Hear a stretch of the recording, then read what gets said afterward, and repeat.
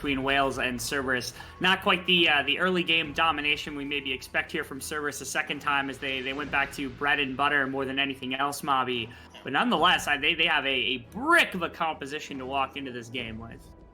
Yeah, if Pun is able to have a comfortable time against this Fiora, and if Nagia isn't able to really punish and push ahead with that lead, this could be a pretty impressive team composition for Cerberus to play in and around these objectives.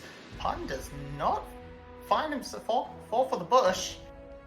What? They are now gonna go onto the top side themselves. Okay. Perhaps. They're very fortunate to not get wrapped around on by Glory, but unfortunately this buff, oh, it's a 2v2. All right. Immediately, that's a play. Q lands, though. Killer Queen is so low. As a result, has to flash over the wall. Now Nagia is in a really rough position as well. Has to try to find a kill, maybe against Drakthar. Flash to get out of vision. That's going to be very close. Nagia traded off for Pun. Woo! That was about as close could be as Drakthar burns the flash. In fact, 4 flashes burnt right there from all 4 members of the top side. Honestly, if I'm being 100% real, both top laners picking up kills is quite nice, but extra armor for Pun at the beginning of the game is going to be expert. As also Killer Queen gets kind of a tempo advantage here, being very low, getting to start on the Raptors. Yeah, this is a very, very big swing. It's a miracle. It's so lucky that Nagia is able to actually get away with first blood, because trying to fight level 1 into Drakthar and Pun, Wukong and Sion are so strong in this early skirmish. That passive from Drakthar doing so much work. These little bits of true damage do make up for it for Nagia in the end, but first blood to Nagia, he's gonna get a little bit of gold, but that's gonna be at the cost of some extra experience, as Pun will be able to enter the wave first and still has a teleport available, so can try and cheat a recall and try and make Nagia's life a little bit more difficult. Mm-hmm. But as you said, Killer Queen has the tempo advantage himself. Yes, is still relatively low health. Now has to figure himself out just a little bit, as topside is going to be there. But Drakthar has caught him, as this is going to be third cap now for Drakthar. And it's going to be a full wraparound onto the Scuttle Crab maybe from Killer Queen. Maybe a gank attempt. Killer Queen's walking into the jungle to maybe wrap around on Pun. Setting up this Fiora is going to be huge. Fiora is unstoppable in a side lane against side. Like, there's nothing Sion can do if Sion is not really bricked house to do something. Is they're going to gank for topside. Q's going to land. Dodge out from Killer Queen, who had tower aggro. Is actually no way. No! You gotta be kidding me, as they bail so early. They bail early. They don't have quite enough damage. Pun is just able to land another double knock-up with his Q, and because of this, they stand on. Killer Queen actually bails from the knock-up, but he exits the fight nonetheless. So Team Wales just absolutely flubbed the dive. Nagia is now actually in a rough position, because he dies, Pun gets another kill, and Pun has the teleport, so he doesn't even miss out on all that much. And with a Bramble Vest first, Nagia can't even sustain up in the lane as much as he'd like, and Drakthar gets to get the tempo back and be ahead in jungle camps. Okay, wrap around onto Glory. Glory's now going to be in a really bad position. Nowhere for Glory to flash. Just has to try to push into Yado. Not much in the way of damage to work with, as Drakthar is going to continue to chase, try to find something. Stun comes out. Glory's making this a difficult job. Oh, okay. Can he catch him before the TP actually goes off? I don't think it's going to be the case. No, doesn't even land the Q. Instead, it's just a TP getting out from Glory, as he was down to, had to be single-digit health right there. 1 Q from Drakthar nearly brought him down. But that is going to be sufficient for Glory to be able to get out without having to burn Flash, notably, either. It does lose the teleport, but that will be... So he can't return to lane immediately, but Killer Queen in position to actually push the wave in and crash it will make it not terrible for Glory in the long run. As now we're seeing this top side once again. Killer Queen, he might win this.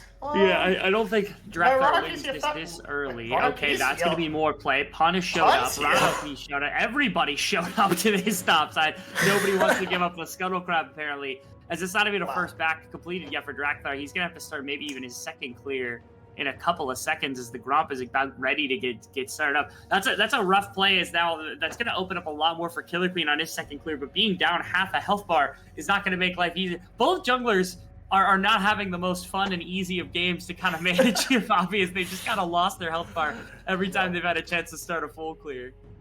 Yeah, at least this time it's even on the board. They're both suffering this time instead of just Killer Queen. Makes the game a little bit more fun, a little bit more exciting, as they're still pretty much dead. Even just that small advantage in the kills, pretty much showing up for this top side.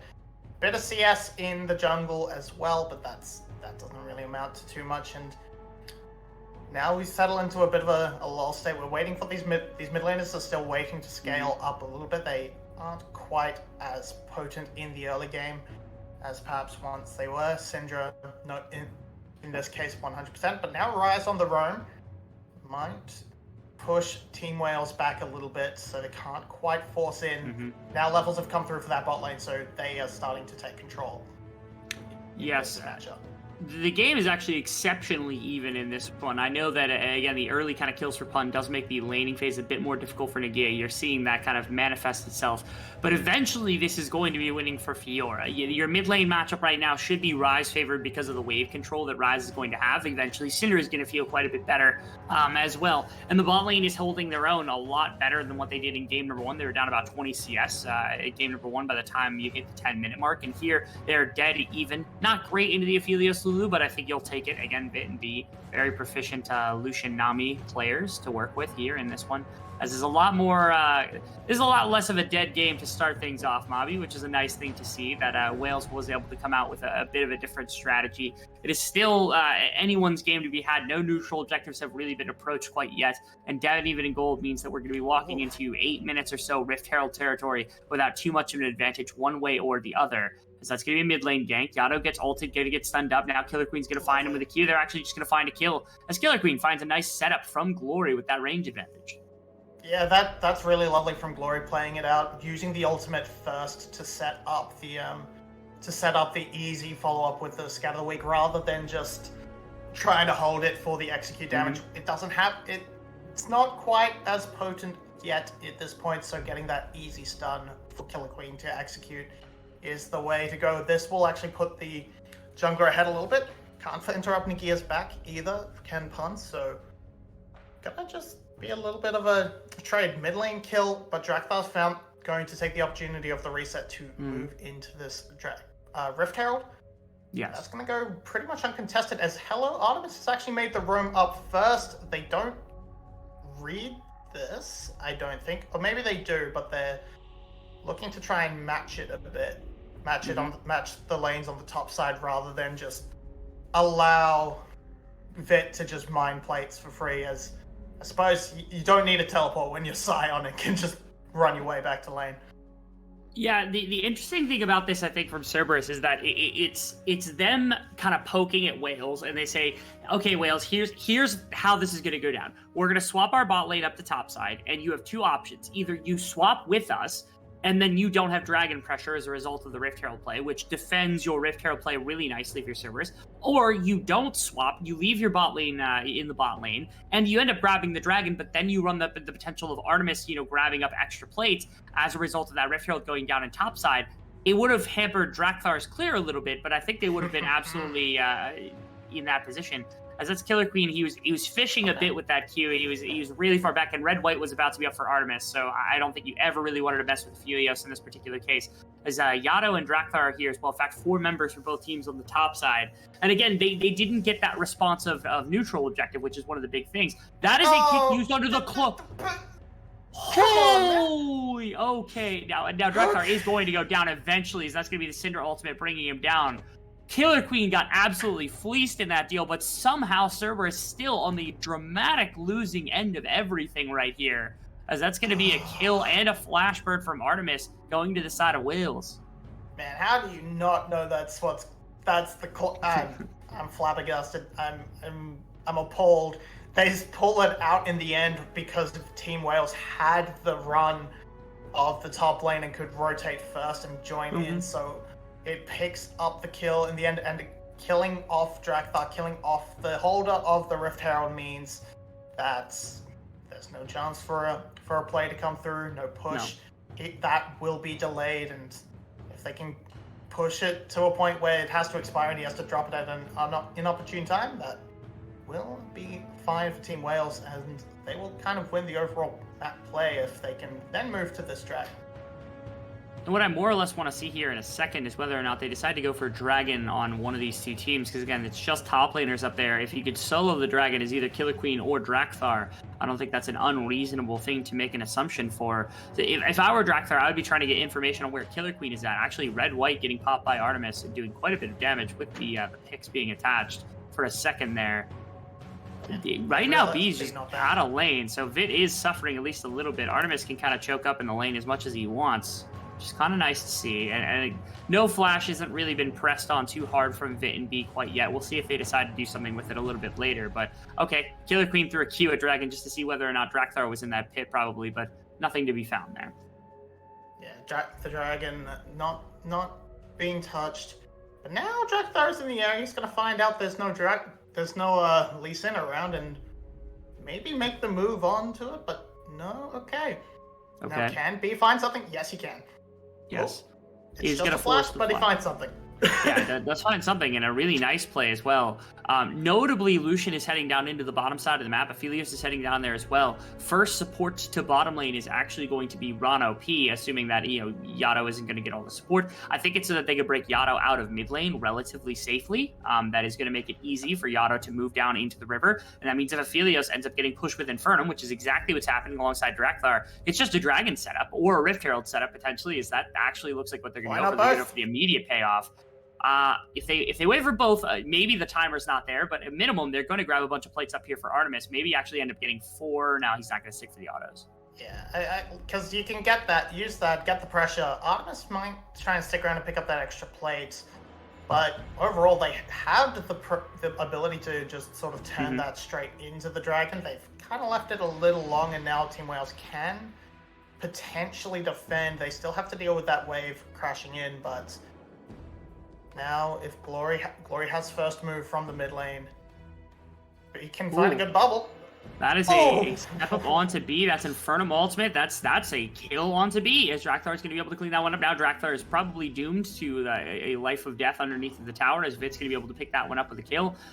So it is just a 1-for-1 around the bottom side. Yato actually getting run at by Glory right now too. I wish we could pan up to this because it was a little bit dangerous for a second. No flash means would have been difficult. Should open up Dragon here for the side of Sir or for Wales as well, as there's nobody really to contest it at this point. Yeah, B played it out pretty well. That Drakthar had to kind of overcommit into to picking up that final kill.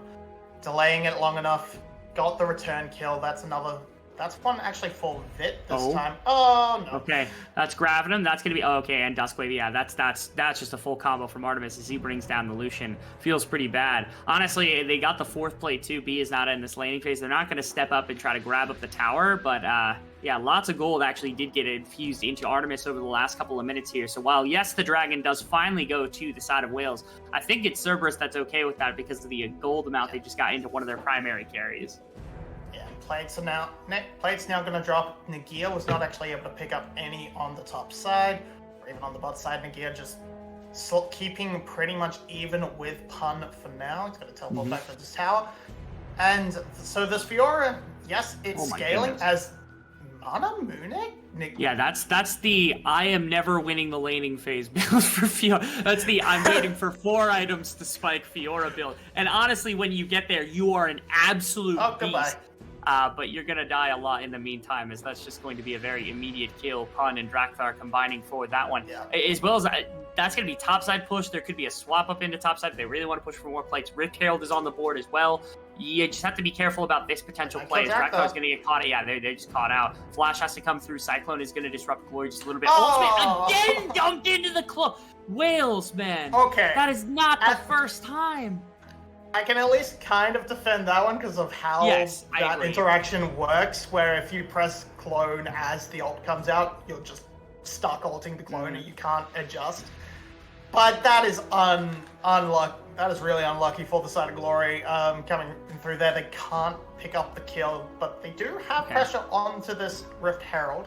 They do. Artemis to be super careful. Steps. Yeah, he's way overstepped. Yato is going to be here. That's going to be in Severum ultimate, which is going to keep his health bar high enough. I think they were expecting the Yato ultimate to get in more aggressively, much faster on the rotation, and it just didn't happen. And so because of that, Wales does get Rift Herald. Yato's here for if they want to actually make any sort of play. Pun doesn't have the ultimate to make a run in either, so it is just going to be Team Wales walking away with the Rift Herald. Yeah, we see Nagio just trying to farm up on the side lane, not actually being able to push aggressively and punish and try and threaten towers at all, but still scaling. But currently in this mid game, it's really been all for Wales. It's kind of been all about Glory and his impact, where he's shown up, where he's been able to put the pressure down, and he's been able to control Yato extremely well. This Rise has had exactly 0 impact on the map, but still just need these side lanes to actually start doing a little bit of lifting. Vit's done okay. He's had a couple of moments, but he's also overstepped once or twice himself. So we're just gonna have to see if they're gonna be able to get online enough, or if this Aphelios is just gonna be a bit too much, because it is scaling pretty comfortably into this mid game.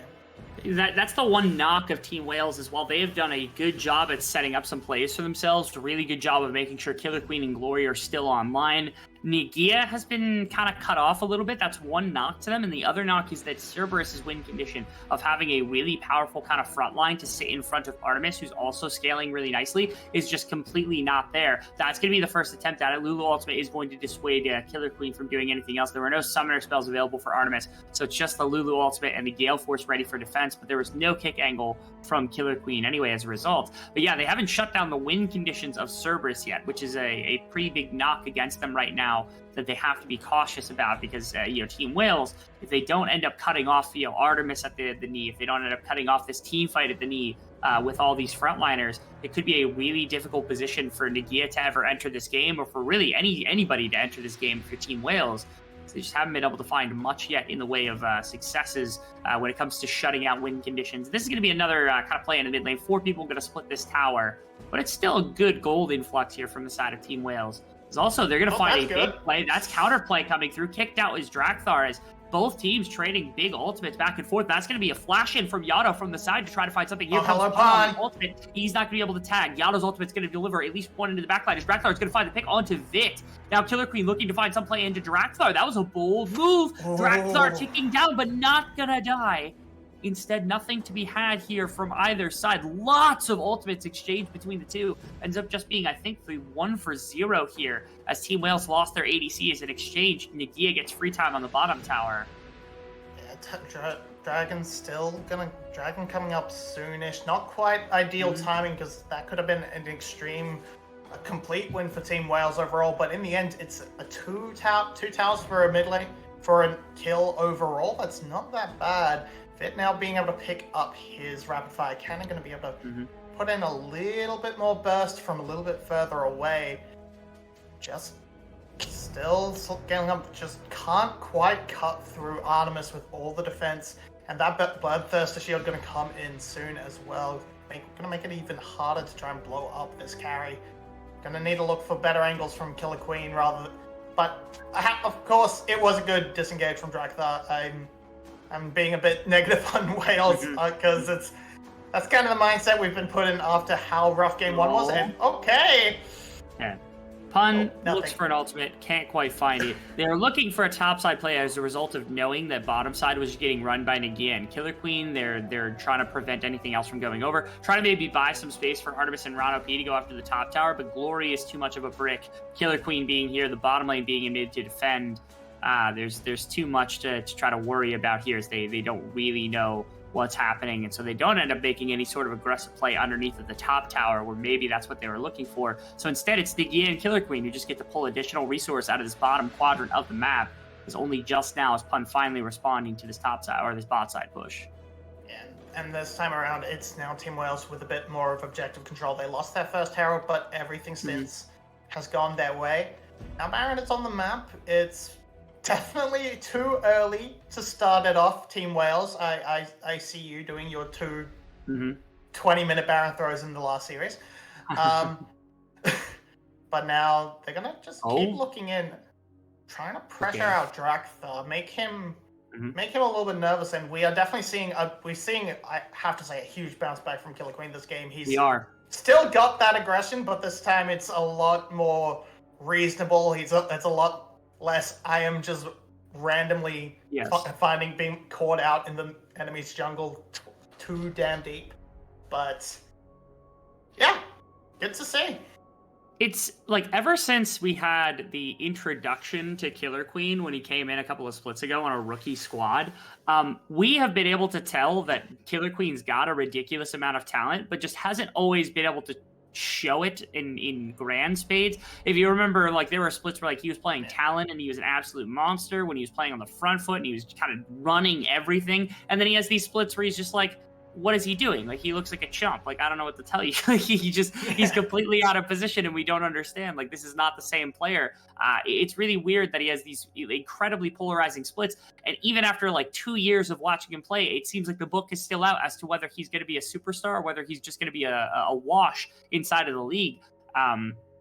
Almost like the second coming of Drakthar, where it's like, okay, is he going to be good or is he going to be bad? We still can't figure it out because for some reason there are these weird random games of nonsense that just make him look like a scrub, followed by, again, things like the Kindred game, where it's like, okay, Killer Queen's got games like this one where the Lee Sin has just been absolutely dominating, as that is just an immediate play onto, I didn't even see who it was. B actually took quite a bit of health bar. That's Artemis catching with the Graven of Moonlight Vigil. That's going to be B stuck up here for a second, is more damage. Nagia trying to put it into Pun right now. Rana P, the only deterrent to try to prevent them from going away, as Nagia's in the back line for the most part. Yato trying to find something, going to try to jump onto Glory as best he can. That's going to be an orb thrown, flash from Glory as well. E, going to drop. That's going to be the Flux. Not going to be able to get anything. No root. Still has ultimate. Yes, that's you have to be super cautious here if you're Cerberus. A lot of things burnt right there from both sides for what felt like very little, as Vit's going to pick up the top tower as a result, or close to picking up a top tower as a result of that. But nobody goes down in the exchange. Yes, even B somehow sneaks away on the back end as what looked like a start of a pick onto Drakthar ends up resulting in a top tower. So Team Wales coming out a little bit better thanks to wave states and location of the skirmish, but so much burnt, pretty much. But if you look at where the flashes lie, it might end up benefiting Cerberus in the long term, as both the lane has flash, Pun still has his flashes. There's really only Vit and Killer Queen who have that set up for the next dragon, for the next Baron, perhaps. Now, of course, flash for Killer Queen is super important. Can try and make that a big insect play, and if he can find that and deliver that into the hands of Glory, who didn't actually catch it as it did show him briefly, but he's got to be pretty far along in those shards right now. So he's probably getting close to that execute threshold if you're not there already. Yeah, one of my favorite things about Glory from way back when is he was one of the first players that I actually casted inside of the VCS, and I remember he was on a terrible team because I think it was OG. It was actually the team that Drakthar was on way back in the day, like originally when he was playing Graves. Yeah, Burst the Sky. Well, it was even before Burst the Sky. I was before they were called. It was back on Percent. Yeah, it was way back in the day. And I remember being like, wow, Glory's pretty good. It sucks that he's on the worst team in the league all of the time because he's actually a really good player. And you've seen him grow over the years. He's consistently a solid team fighter. He's consistently a good enough laner. I don't think he's ever going to be a superstar. He's never somebody we're going to be like, oh yeah, he's an MVP of the entire league. He's probably never going to be like the #1 mid laner of a split, but he is consistently above the top half. He's consistently performing well. And in a game like this is the type of player you want. You want somebody who's going to be an absolute brick for you. As Baron is started up, Killer Queen tosses a Q in to try to kind of bait in. Vic's only just now entering the fight. Nagia's on a bit of a fly, as that's going to be Pun jumping into multiple members, going to find a Q, going to find a big knock up into Killer Queen, gets kicked out of the fight. That's going to be one. Drakthar gone. Pun's just dead. 2 full members down now for the side of Cerberus, and they're just going to have to walk away. There's nothing for them to accomplish. Yato is going to ult them behind the pit, maybe? Where did that ult go? Oh, I guess he put them into the mid lane. Yeah, they seem to have maybe misread, or at least just try to bail out. They're going to try and use this to grab the dragon as a response, which will stop the stacking, but Baron claimed for the side of Team Wales. Okay, they're actually trying to turn on to Glory. Yeah, they actually find a decent angle here as Nagia is going to go down. Now Glory's going to get caught up afterwards. Not going to find anything. And unfortunately, Rado, he gets the kill instead of Yato or Artemis, but they are fighting back decently. They did, however, lose all of the time that they needed to go after this dragon effectively without losing any mid tower. So on one hand, I'm like, okay, they did get the kill. Yes, that's great. And they're going to get a dragon. There is no push coming through from mid lane. Okay, so it ends up being that they don't want to run directly into Pun or into Drakthar. So this actually is a decent gambit that worked out for Cerberus, because that could have been disastrous. They could have lost mid tower. They could have lost members in that fight. They could have lost the dragon if they weren't careful. But it does end up working out about as optimally as you could have ever asked for. That was kind of cute. Glory actually catching the wolf mid push from Pun, and I think that ends up denying the gold because the damage comes through at the end of the push rather than at the start. So yeah, victory Glory, I suppose. He gets the wolf gold. Well done. It's a little bit of something kind of thrust back towards Team Wales, which they didn't necessarily need because they are up a decent amount of gold. But Cerberus now does have yet another win condition, which is that, again, Artemis is starting to ramp up almost on the third item, and Infernal Dragon stacking is going to make him a pretty decent beast. So Team Wales now have to operate on this timeline, on this kind of push that they've got, working with this Baron, because they've got the gold advantage. They have the superior team fight right now. The scaling is there for Cerberus, but they have the way to strike ahead of time. Rabadon's is nearly done as well for Glory. So this team is hitting the big spike that they need to in order to take full control of this game and never lose it again. It's about this Baron push. So what do you want to see them do with that? How do they confirm that this game is theirs and that we continue this 1-3 split of teams losing the first game and winning the next 3? Well, I currently want to see Team Wales sort of commit to an actual lane. Leave Nagia where he is, he's doing fine, but I don't necessarily think the 1-3-1 is the angle. This cannon's going to do a decent amount of damage to the tower, but I would have much preferred an actual setup, just 4-1, push, try and completely crush a tower instantly and then rotate to the next. It will end up getting this top lane outer, and because there's been a small rotation, it will actually be a successful 1-3-1 in that respect. Drakthar's going to take a lot of damage, but the clone is just in the way of the culling. But that move did seem to draw Pun away, perhaps. Oh, okay. They took an unreasonable damage, man. The Chuck, 2 of them live by the skin of their teeth right there, Mobby, as Artemis is hunting. He's not being hunted in this game. He is hunting in this game. All it would have taken is a Pix proc from both of those to maybe get those kills confirmed right there, as Artemis is stepping into this late game kind of Aphelios role. That is, again, it's a terrifying prospect if you're on the side of Wales to have to deal with this, especially if Infernal Dragon continues to get stacked and he just gets a bunch of raw AD to work with. That's, again, the one condition that they have not denied in this game. Yes, they're up 7,000 gold. I think they've thrust themselves into a good position, but they have not necessarily taken Cerberus out of a position that they can win the game from yet.